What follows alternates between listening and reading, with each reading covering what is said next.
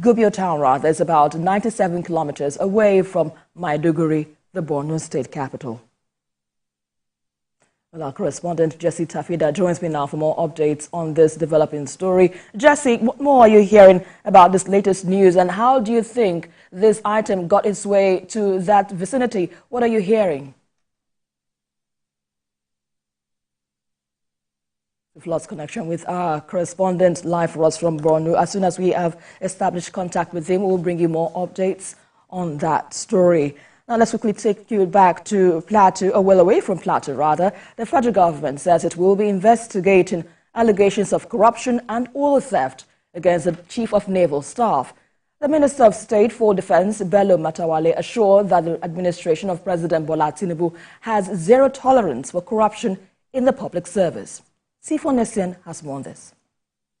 The publication by this online news platform has brought the spotlight on the Chief of Naval Staff. The newspaper alleges that the naval chief was involved in aiding a loosely coordinated bunkering of Nigerian crude and multi-million naira contract splitting fraud. In a statement, spokesman for the Navy dismissed the publication, describing it as, quote, sponsored malicious publication against the office and person of the Chief of the Naval Staff. He said that, indeed, all arrested vessels mentioned in the publication that were involved in crude oil theft and illegal oil bunkering are being investigated, and none of such vessels has been released as alleged.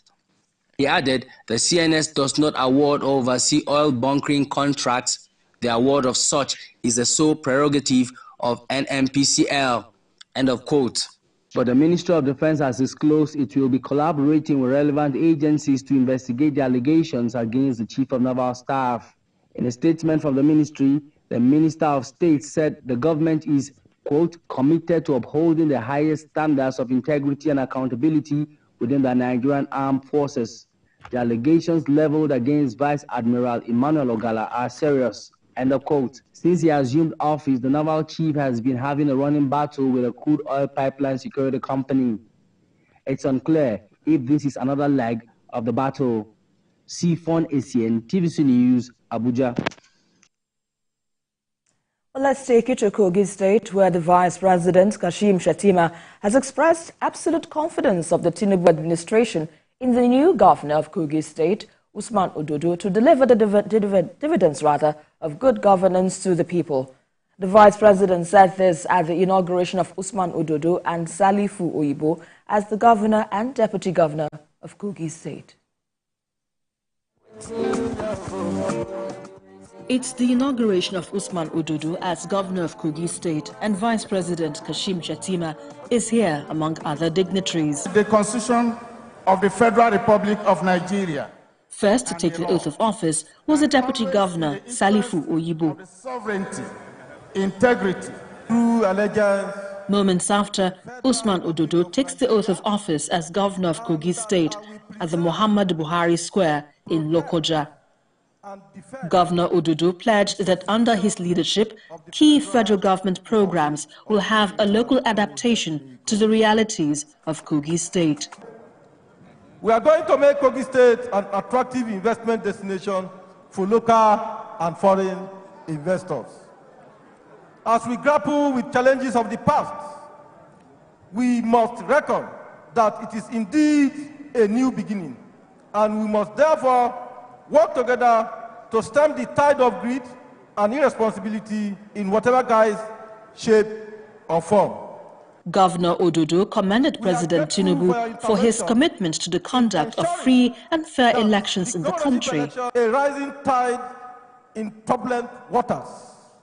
There was only one man to look up to in the country, His Excellency President Bola Ahmed Tinubu, the President and Commander-in-Chief of the Federal Republic of Nigeria.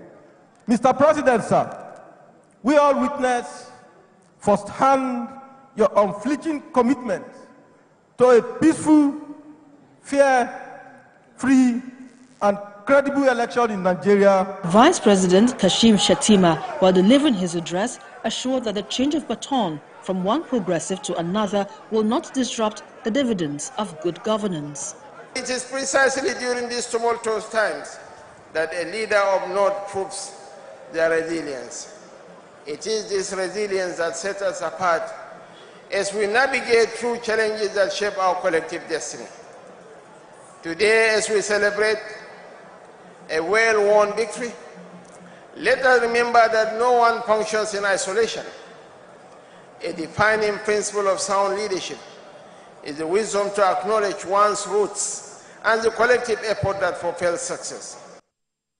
Usman Ododo, who takes over from Yahaya Bello as governor, won the 11th November governorship election with 446,237 votes to defeat Murtala Ajaka of the Social Democratic Party with 259,052 votes.